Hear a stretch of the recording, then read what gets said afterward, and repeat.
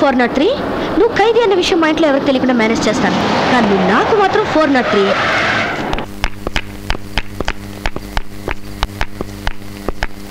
ఏమా ప్రియా, గెస్ట్ తో సహా వచ్చావు, ఎవరైనా?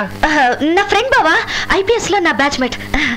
ఈ రాత్రికి మన ఇంట్లోనే ఉంటారు. దానికే ఉందమ్మా, హాయిగా ఉండొచ్చు. ఆయన పేరేంటి?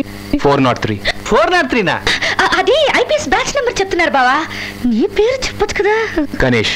బై ది బై గణేష్, నేను ప్రియ బావుని, ఈవిడ ప్రియ అమ్మమ్మ గారు. నమస్తే. నా భార్య. నమస్కారం. మా పిల్లలు. ఇది మా ఫ్యామిలీ. మరి మీ ఫ్యామిలీ? బావా అదంతా ఇప్పుడు ఎందుకు, అసలు ఆయన అలసిపోయి వచ్చారు. Let him take rest. పదండి. 403 నీ సంగతి తర్వాత చెప్తాను. ఏమే అతను నీ క్లోజ్ ఫ్రెండా? అమ్మమ్మ నాకు ఆకలేస్తుంది, త్వరగా భోజనం ఏర్పాటు చేయి, నేను ఇప్పుడు ఫ్రెష్ అయ్యి వస్తాను. ఫ్రెష్? ఓ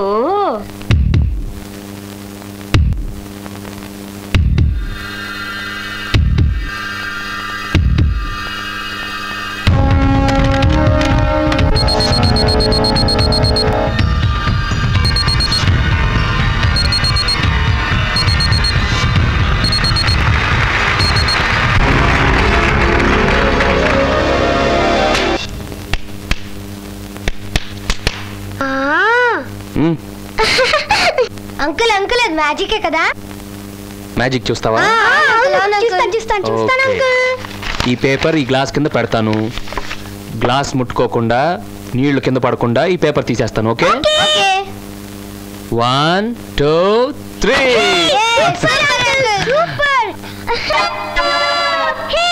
ఇది నా సీట్. అయితే నా సీట్.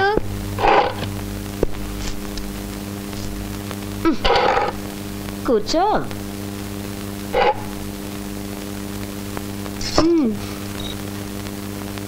ఎప్పుడు ఇంట్లో వంటంతా ప్రియే చేస్తుంది, ఈ రోజు మీతో ఉంది కదా అందుకే మేం చేసాం. ఈ పచ్చడి మాత్రం ప్రియే చేసింది, వడ్డించమ్మా. అది ప్రియా పిన్ని చేసిన పికిల్ కాదు, ప్రియా పికిల్. ఏదో మాకు తోచింది చేసాం. వంటలు ఎలా ఉన్నాయో ఏమిటో. ఏం గణేష్, మీ ఇంట్లో వంటలు? 200 గ్రాముల రైసు, 2 ఔన్సుల పులుసు. ఏమిటి? అదేమమ్మా, డైటింగ్ గురించి చెప్తున్నారు. వాళ్ళ ఇంట్లో భోజనం అంతా సిస్టమేటిక్. ఇంతకీ మీ ఇల్లు ఎక్కడా? ముషీరాబాద్. పెద్దెళ్ళ? 600 గదులు, 60 మంది సెక్యూరిటీ. అవును మరి, సంవత్సరానికి యూనిఫామ్స్ కి 60,000 అవుతుంది కదా. 60,000? అమ్మమ్మా మీరందరూ గడబడి మాట్లాడి అన్ని తినేయడం లేదు, మీరు తినండి.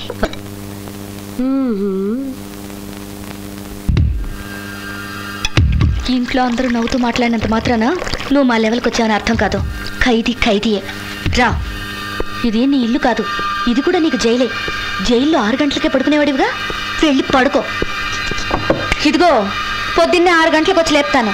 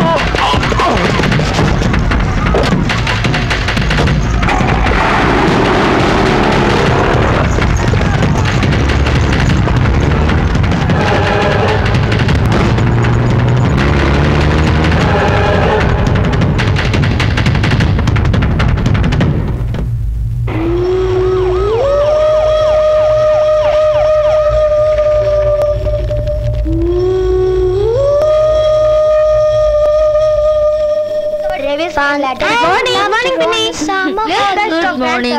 Surprise to see the crude and dangerous ways of British Metropolis.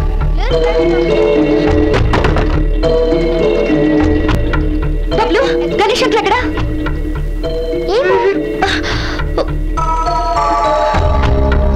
అక్క గణేష్ ఎక్కడా? బాత్రూమ్ లో ఉన్నాడా? బాత్రూమ్ లో ఉన్నది మిస్టర్ సుబ్బారావు, నా మొగుడు. మరి గణేష్ ఏడి? నాకేం తెలుసు, వెళ్ళి అమ్మమ్మని అడుగు. అమ్మమ్మా అమ్మమ్మా ఏమమ్మా కంగారు? గణేష్ ఏడి? అవును, పొద్దున్న నుంచి కనపడటం లేదు. బయటికి ఏమన్నా వెళ్ళాడా? అది అసలే గణేష్ కనిపించట్లేదని ఇందాక నుంచి కలవరిస్తోంది. దాన్ని రెచ్చగొట్టుకే అమ్మమ్మ. నేను రెచ్చగొట్టడం అంటే పిచ్చిదానా? అతను వచ్చినప్పటి నుంచి చూస్తున్నాను, ఒక్క సెకండ్ కూడా వదలకుండా అతను చుట్టూ తిరుగుతూనే ఉంది. కావాలంటే చెప్పమను, పెళ్లి చేసేస్తాను. బుద్ధుందా మీకు? ఒక అబ్బాయిని ఇంటికి తీసుకొస్తే నేను మొగుడు కోసం అల్లాడుతున్నట్టేనా? అసలు అతను ఎవరో తెలుసా మీకు? ఎవరెతను? నీ క్లాస్మేటేగా. సడన్ గా ఇంటికి తీసుకొచ్చావు. వచ్చిన దగ్గర నుంచి కొత్త పెళ్ళల్లా చుట్టూ తిరుగుతూ కబుర్లు చెప్తున్నావు. ఇదంతా చూసి మేమేమనుకోవాలి? ఏంటక్క అమ్మ మీద అర్థం లేకుండా మాట్లాడుతుంటే నువ్వు కూడా? అసలు మీరు అనుకున్నట్టు అదేమీ లేదు. ఏం లేదమ్మా, అతనికి అందం లేదా, చదువు లేదా, లేకపోతే స్టేటస్ లేదా? ఇంకా ఎందుకమ్మా దాస్తావు? నీ మనసులో ఉండి చెప్పేసే. అమ్మమ్మ, మీరందరూ అనుకున్నట్టు అతను నా క్లాస్మేట్ కాదు, మా జైల్లో ఒక ఖైదీ. మస్తాన్ని పట్టుకోవడానికి హెల్ప్ చేస్తాడని నమ్మి బయటకు తీసుకొచ్చాను. మంచి వాళ్ళ నటించి నన్ను మోసం చేసి పారిపోయాడు. చీట్. ఖైదీ బుద్ధి చూపించాడా? ఎన్ని అనుకున్నాను, ఎంత నమ్మాను. నా దగ్గరే ఖైదీ బుద్ధి చూపించి నమ్మక ద్రోహం చేశాడు. చిన్న వాక్ వెళ్దామని అలా రోడ్డు మీదకి వెళ్ళాను. పేపర్ చూస్తే మస్తాన్ చనిపోయిన వార్త. పోలీసులు నేనే రమ్మన్నాను. మస్తాన్ చనిపోతే నేనెందుకు అనవసరంగా, అందుకే వెళుతున్నాను. మీరు తర్వాత వచ్చి డ్యూటీలో జాయిన్ అవ్వండి.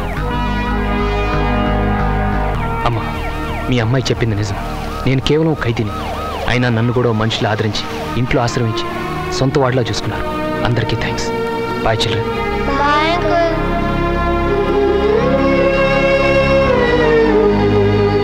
నీకు హెల్ప్ చేయడానికి జైలు నుండి బయటకు వచ్చాడు. పారిపోయే అవకాశం ఉండి కూడా సిన్సియర్గా పోలీసులకు సరెండర్ అయ్యాడు. అతని బుద్ధి ఖైదీ బుద్ధి అయితే మన బుద్ధి ఏం బుద్ధమ్మా? మేము జైలుకి వస్తే అంకుల్ని చూడొచ్చా?